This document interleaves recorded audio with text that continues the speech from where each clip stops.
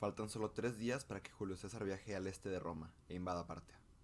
El Senado se juntará una última vez para discutir los últimos temas importantes, pero como cosa rara, no se juntan en el Senado, sino en la entrada de un gran teatro. En ella se encuentra una impresionante estatua de Pompeyo Magno. Él fue una vez amigo de Julio César, aliado político, esposo de su hija, y en sus últimos días enemigo en una guerra civil. Hay alrededor de 250 personas en el teatro, pero también hay silencio absoluto. A los pies de la estatua está el dictador de Roma, el hombre más poderoso del mundo, en un charco de su sangre. Uy, qué dramático, ya sé, ya sé. Pero bueno, vamos a ver cómo llegamos aquí. La gente tiende a saber solo 3 cosas de Julio César. Uno, era romano. Dos, lo mataron. Tres, hizo un excelente aderezo de ensalada. Bueno, tal vez solo 2 cosas. Pero verdaderamente, ¿cuántos pueden decir que saben por qué lo mataron?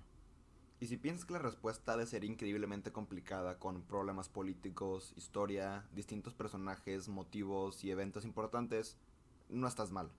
Pero lo puedo intentar resumir y explicar. Primero, tenemos que entender el sistema político romano de la era. Roma aún no era un imperio, sino una república democrática. Existían senadores que aprobaban leyes y ciudadanos que votaban anualmente. Roma no había sido siempre así. Tras su fundación era un reino y tuvo sus famosos 7 reyes, hasta que el último de ellos se convirtiera en tirano y fuera depuesto en favor de una república. Así que era parte de la identidad romana un odio o temor a los tiranos del pasado. También tenemos que entender quién era Julio César. Y vaya que fue muchas cosas a lo largo de su vida.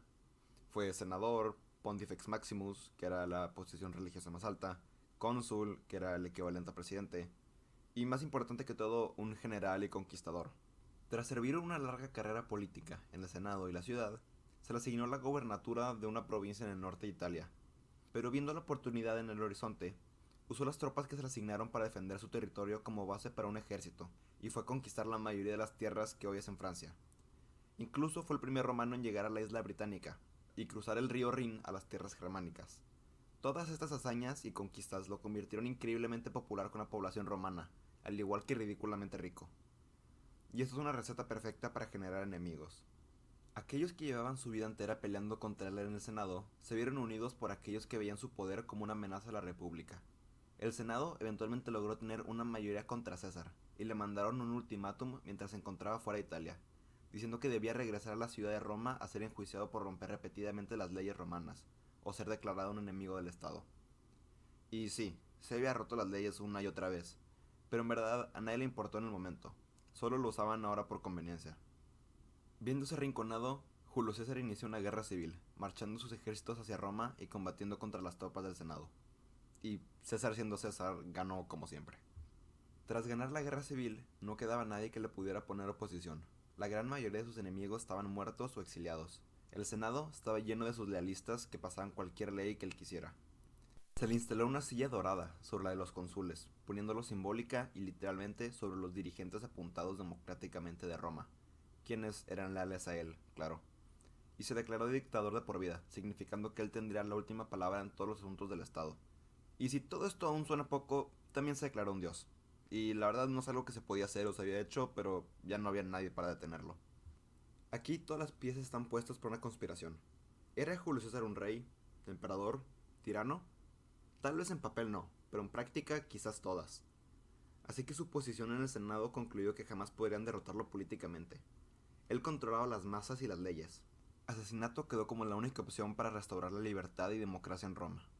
60 conspiradores se unieron al plan, y el 15 de marzo del año 44 a.C., en el teatro de Pompeyo Magno, el hombre más poderoso que Roma había visto fue llenado de agujeros.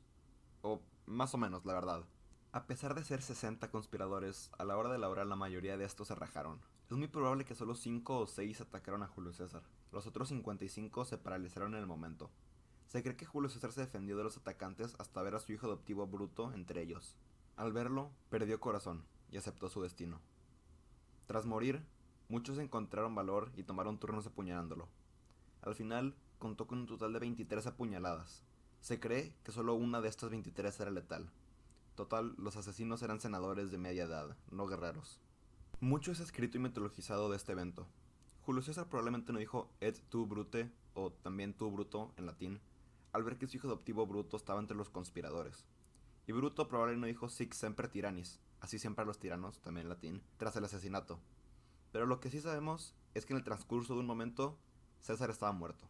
Y sin saberlo, aquellos que se llamaron restauradores de la República tiraron el primer dominó en el fin de la misma.